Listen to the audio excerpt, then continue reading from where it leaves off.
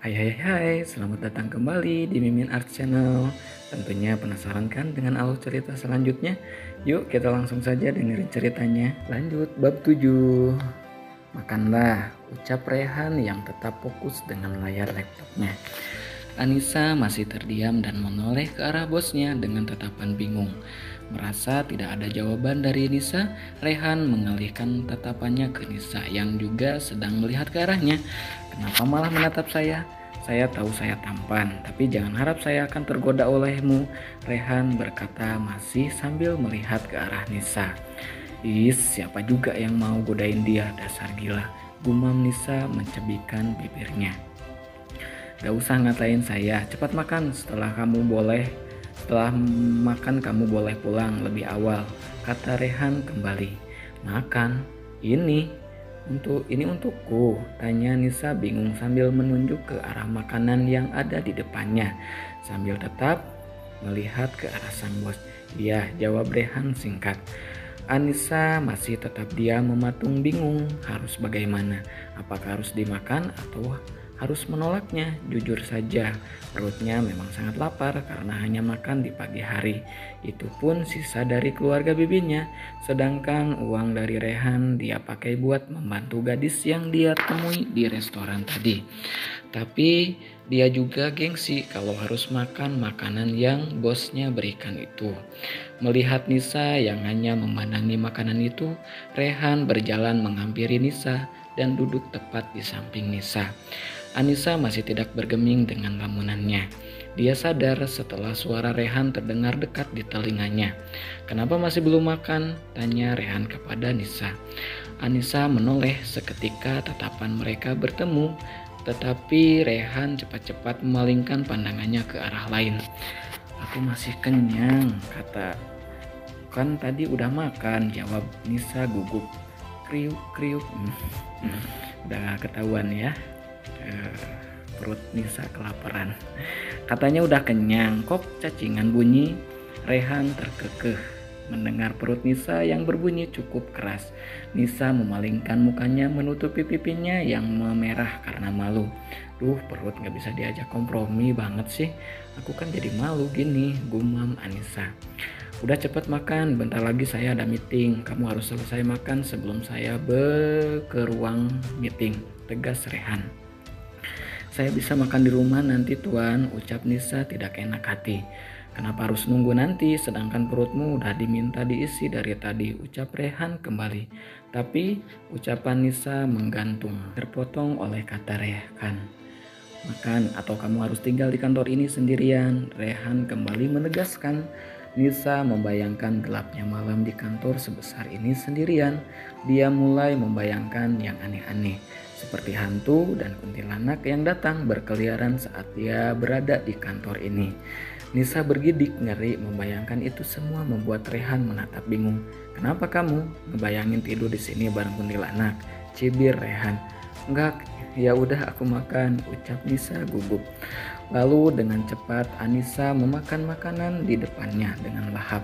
Rehan yang melihat begitu lahapnya Anissa tersenyum sambil menggelengkan kepala. Dasar bocah aneh, katanya gak lapar tapi makannya rakus gitu, batinnya. Anissa selesai makan dan meneguk air minum yang ada di gelas sampai habis. Sudah selesai, tanya Rehan. Sudah tuan, terima kasih banyak, jawab Anissa dengan menahan malu. Karena tanpa disadari, dia telah memakan semua makanan yang ada di depannya tanpa sisa sedikit pun. Bagus, udah jam 4 saya mau meeting. Kamu pulanglah lebih dulu. Karena setelah selesai meeting, saya juga akan langsung pulang. Titah Rehan setelah melihat jam di tangannya sudah menunjukkan jam 4 sore. Baik tuan, sekali lagi terima kasih untuk makanannya. Saya pamit pulang. Anissa berdiri dan berpamitan pada sang bos. Ya, jawab Rehan singkat. Anissa berjalan meninggalkan ruangan itu untuk segera pulang. Anissa setiap hari pulang dan pergi menggunakan kendaraan umum sehingga dia harus berjalan kaki terlebih dahulu menuju halte. Beberapa saat menunggu, akhirnya bis yang biasa dia tumpangi datang. Sesampainya di rumah, Anissa melihat sang bibi dan sepupunya sedang mengomel-ngomel tanpa henti. Saat Nisa masuk ke dalam, mereka berdua langsung berhenti dan menatap tajam ke arah Anissa. "Dari mana aja kamu?" tanya Bi Murni. "Dari luar, Bi," jawab Nisa. "Saya tahu dari luar, tapi dari mana? Jam segini baru pulang. Belum juga memasak. Kamu pulang dari luar kota, kami pulang dari luar kota, bukannya disambut dengan makanan enak malah boro-boro.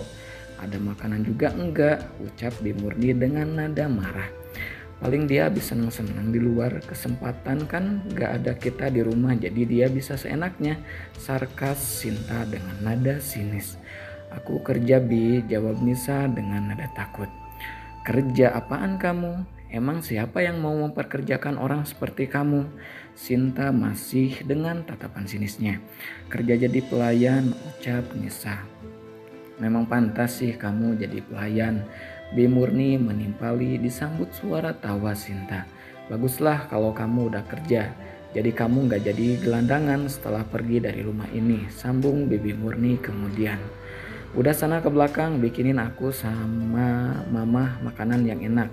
Kami sangat lapar," titah Sinta.